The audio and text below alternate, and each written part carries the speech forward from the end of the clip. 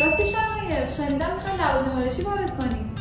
راستش نمیدونم باید از کجا شروع کنم. انگار مراحلش خیلی پیچیده است، درسته؟ نه اونقدر پیچیده نیست، فقط باید بدونی مجوز تو از وزارت بهداشت باید دریافت کنی. وزارت بهداشت؟ آره. یعنی باید برم اداره‌شون؟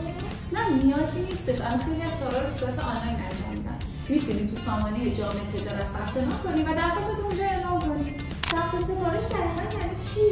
یعنی دقیقاً کالایی که میخوای با وزنش و از کدوم کشور میخوای وارد کنی رو تو سامانه جامعه تجارت ثبت می‌کنی که وزارت سمت رو برای شما بررسی کنه. خب وزارت سمت تاییدش کرد، بعدش چی؟ بعدش سازمان غذادار رو باید تایید کنه که ببینه استانداردهای غذایی رو داره یا نداره. خب یه سوال، یعنی برای هر برند و هر محصول هم باید جداگانه مجوز بگیرن؟ بله دقیقاً، مخصوصا لوازم آرایشی حساسیت خیلی بالایی داره، شاید چند تا از محصولاتت هم بگیرن روش آزمایش‌های مختلفی رو انجام بدن. خب این که خیلی طولانی شد.